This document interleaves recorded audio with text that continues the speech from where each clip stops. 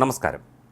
രാഹുൽ ഗാന്ധി വയനാട്ടിൽ നിന്ന് വീണ്ടും മത്സരിക്കാനുള്ള സാധ്യത കുറയുന്നതായുള്ള റിപ്പോർട്ടുകൾ പുറത്തു വരുമ്പോൾ അതിനു പിന്നിൽ സമാജ്വാദി പാർട്ടിയുടെ അഖിലേഷ് യാദവിൻ്റെ ഇടപെടലാണ് എന്ന ഒരു റിപ്പോർട്ടാണ് പുറത്തു വരുന്നത്.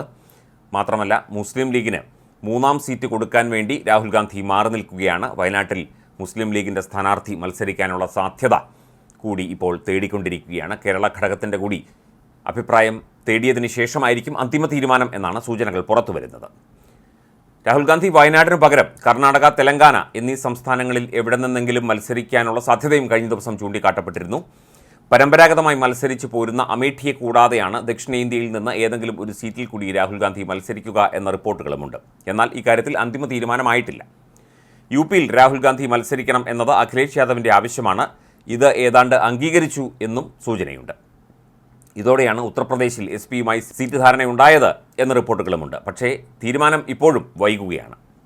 വയനാട് സുരക്ഷിത മണ്ഡലമാണെങ്കിലും പ്രതിപക്ഷ കക്ഷികൾ ദേശീയ തലത്തിൽ ഇന്ത്യ മുന്നണിയായി നിൽക്കുകയും കോൺഗ്രസ് അതിന് നേതൃത്വം നൽകുകയും ചെയ്യുമ്പോൾ അതേ മുന്നണിയിലെ കക്ഷിയുമായി രാഹുൽ ഗാന്ധി മത്സരിക്കുന്നത് ഉചിതമാകില്ല എന്ന അഭിപ്രായവും ദേശീയ നേതൃത്വത്തിന് ഉണ്ട്. ഇതിനു പിന്നിൽ CPI സംസ്ഥാന സെക്രട്ടറി ബിനോയ് വിശ്വത്തിൻ്റെ ഇടപെടലുകളും വന്നിരുന്നു. CPIയുടെ ദേശീയ നേതാവ് D രാജയും ഈ വിഷയം കോൺഗ്രസ് നേതൃത്വത്തിൻ്റെ ശ്രദ്ധയിൽപ്പെടുത്തിയിട്ടുണ്ട്. രാജയുടെ ഭാര്യ ആനി രാജയാണ് വയനാട്ടിൽ CPIയുടെ സ്ഥാനാർത്ഥി.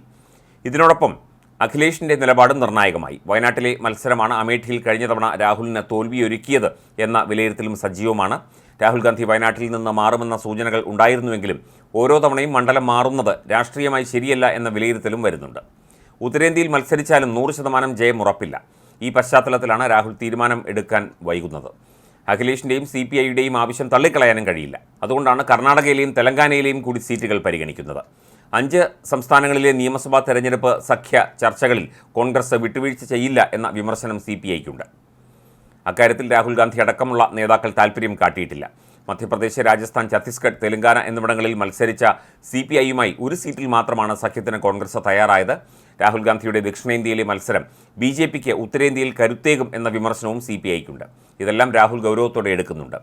ഏതായാലും ഈ വിഷയത്തിൽ കോൺഗ്രസ് നേതൃത്വം അതിവേഗം തീരുമാനമെടുക്കും. കേരളത്തിൽ ഇടതുപക്ഷം സ്ഥാനാർത്ഥികളെ പ്രഖ്യാപിച്ച സാഹചര്യത്തിലാണ് ഇത്. രാഹുൽ BJPയുമായി നേരിട്ടുള്ള മത്സരം വർഗീയ വിരുദ്ധ പോരാട്ടത്തിൻ്റെ സന്ദേശം നൽകണമെന്ന വാദവും ശക്തമാണ്. കർണാടക, തെലങ്കാന PCCകൾ രാഹുലിനായി സുരക്ഷിത മണ്ഡലങ്ങൾ ഉറപ്പു നൽകുന്നുണ്ട്.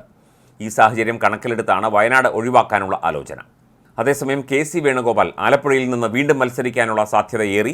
സാമുദായിക സന്തുലനം ഉറപ്പാക്കിയാൽ ആലപ്പുഴയിൽ മത്സരിക്കുന്ന കാര്യം അവിടെ നിന്നുള്ള മുൻ MP ആയ വേണുഗോപാലിൻ്റെ പരിഗണനയിൽ ഉണ്ട്. നേരത്തെ കണ്ണൂരിൽ K സുധാകരൻ മത്സരിക്കുന്നില്ലെങ്കിൽ അവിടെ മുസ്ലിം പരിഗണന കൂടി കണക്കിലെടുത്ത് സ്ഥാനാർത്ഥിയെ നിശ്ചയിക്കാൻ ആലോചിച്ചിരുന്നു. എന്നാൽ സുധാകരൻ വീണ്ടും മത്സരിക്കാൻ ഹൈക്കമാൻഡ് ഉദ്ദേശിച്ചതോടെ ഈ വഴിയുള്ള ചർച്ച അവസാനിച്ചു.